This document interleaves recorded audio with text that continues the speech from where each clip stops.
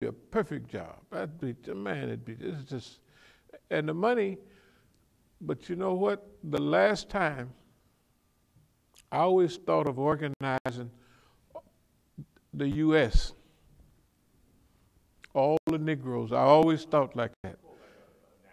A syndicate or organization, I always thought like that. I never thought like, okay, the minute I got big, I said, we ought to have a whole crew of big niggas everywhere. And I went out moving up to Portland and up to Seattle, and we already had L.A. because that L.A. was, well, I didn't have L.A. L.A.'s too big for that, but I had, you know, association there. That means that's the whole West Coast. L.A. at the south, San Francisco and Oakland up in the middle, right? Portland, Oregon, up there getting close to the top, and Seattle almost to Canada, 100 miles from Canada. It's the whole West Coast. I was going up to Seattle, and the police must have knew what I was doing, so they almost run me out of town. Technically, they did, you know. Now, my goal was hook up the West Coast and head this way. So, Kansas City, Houston, all them places, you know, coming this way, all the way to the West Coast. That's just regular military thinking. I thought like that all the time. I just always thought like that. When I was in South America, I was there in the early days of the cocaine thing. The CIA, when they saw me in Bolivia trying to set things up, they told me, go to Colombia. Now remember, this is the early days. Colombia is not what it is now or what it was 20 years ago, 30 years ago. Colombia is just a nice place. But the thing about Colombia, it's got two coasts.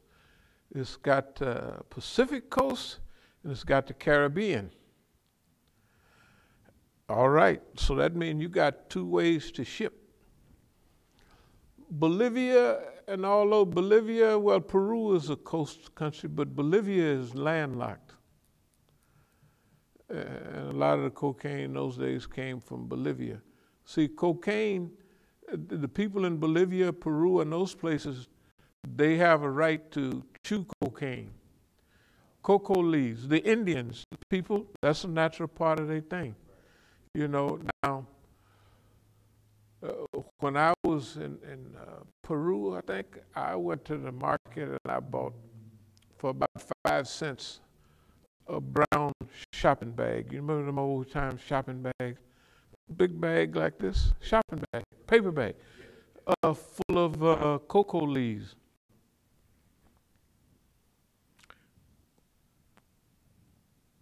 After a while, I spit them boys out.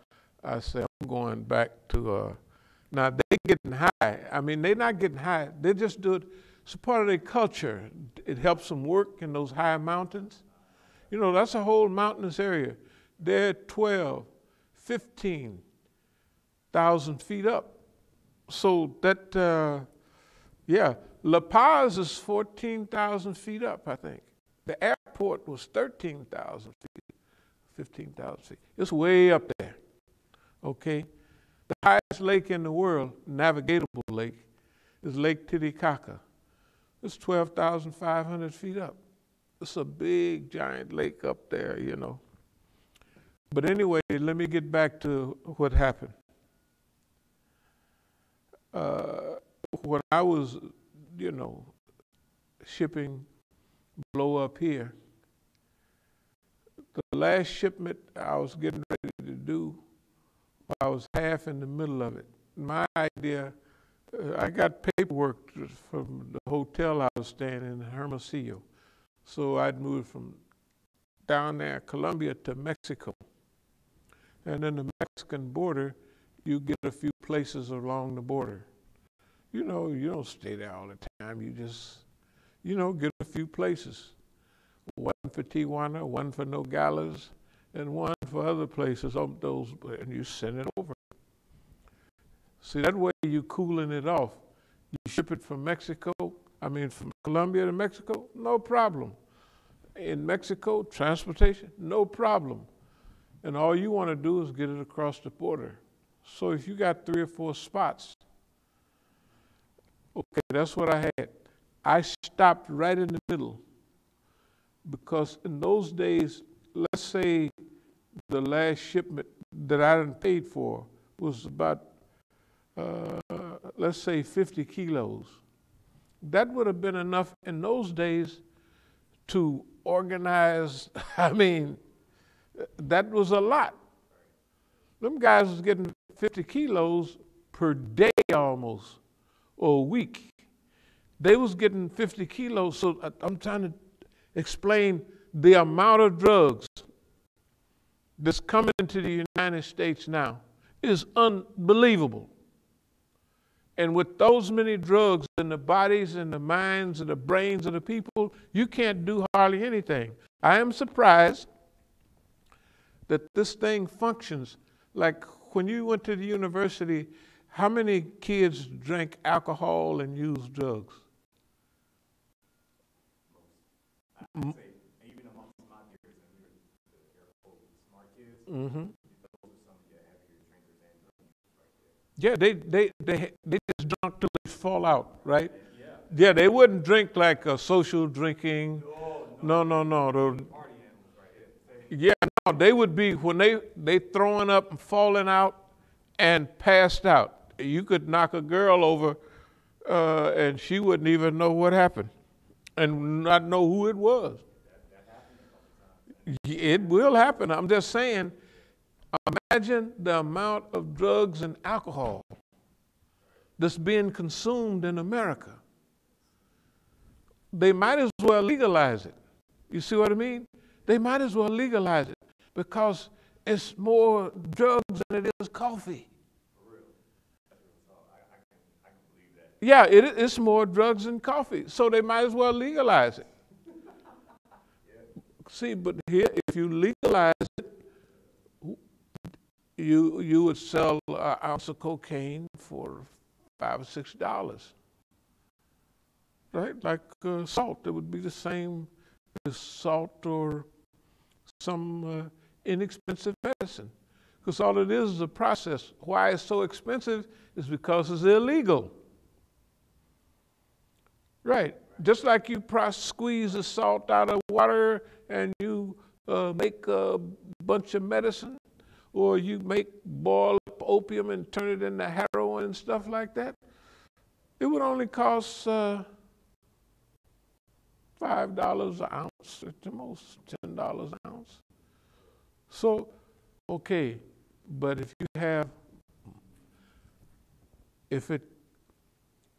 you make it illegal, okay, then it's big money involved.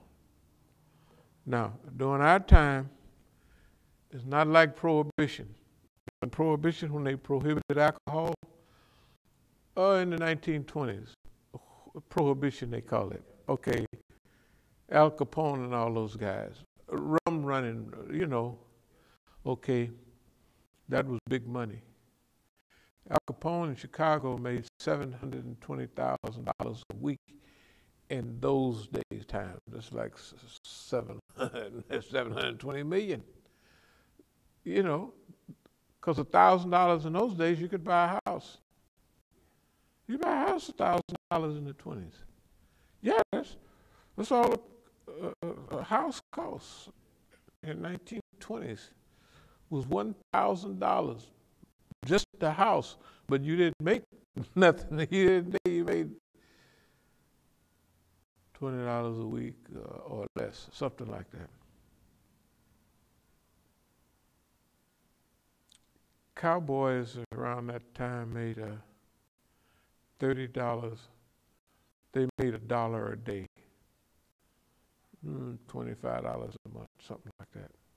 Yeah, and so if somebody made $100 a month, oh, they wouldn't make that much. But anyway, let me get back to what the scheme is.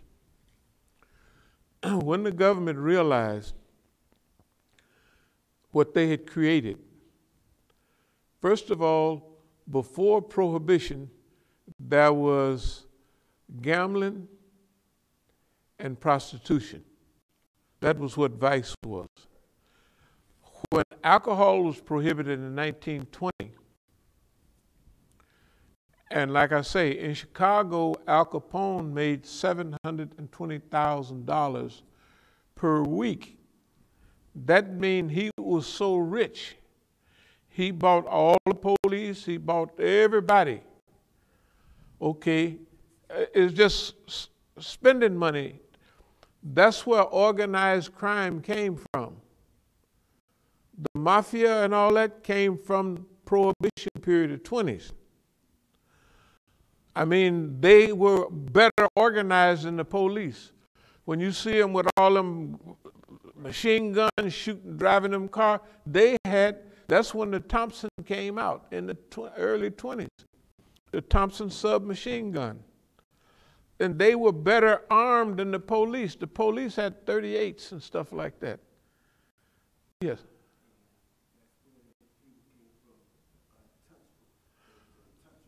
That's what that crude Untouchables. You mean the TV series or the movie?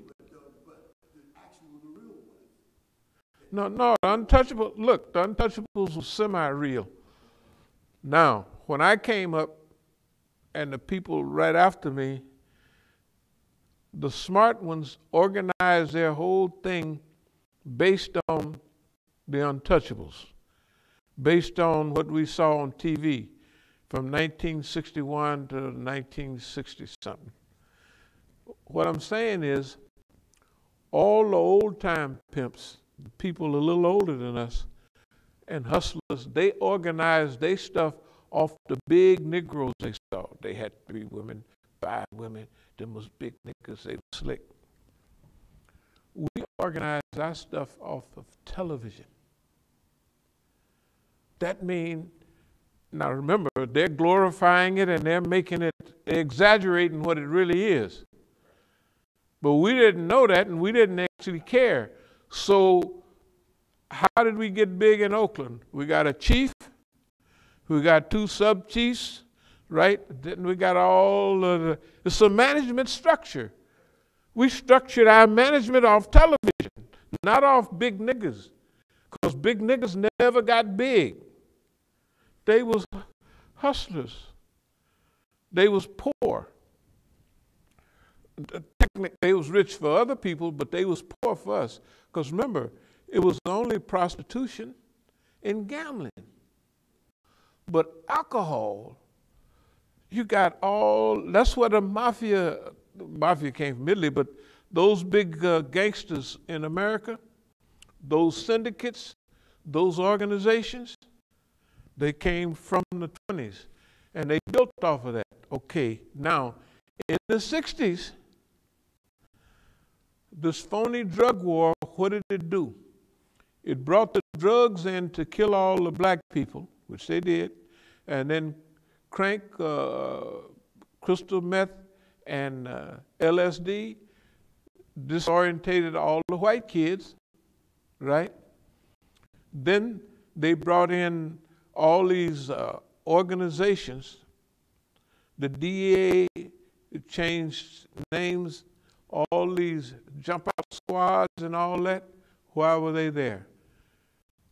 So we could destroy the neighborhood, destroy the people, but wouldn't nobody get big like the white folks, the Italians in them those days. Where's our big niggas now?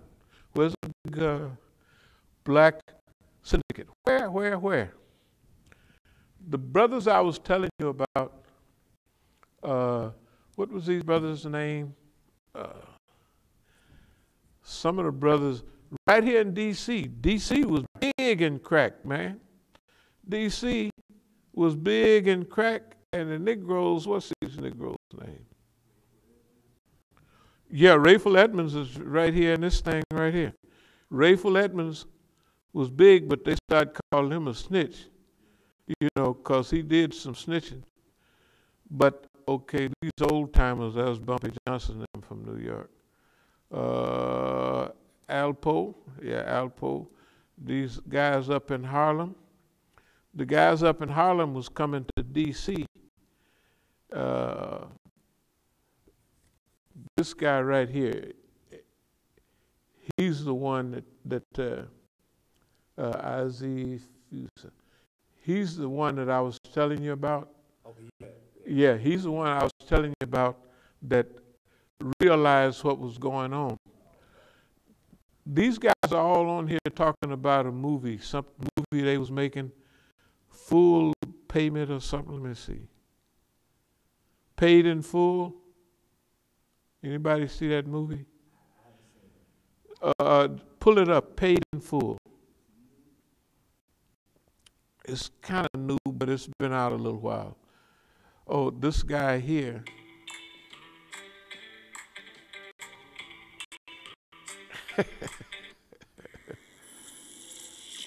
Kevin Childs and his Rise and Fall. Here we go. We have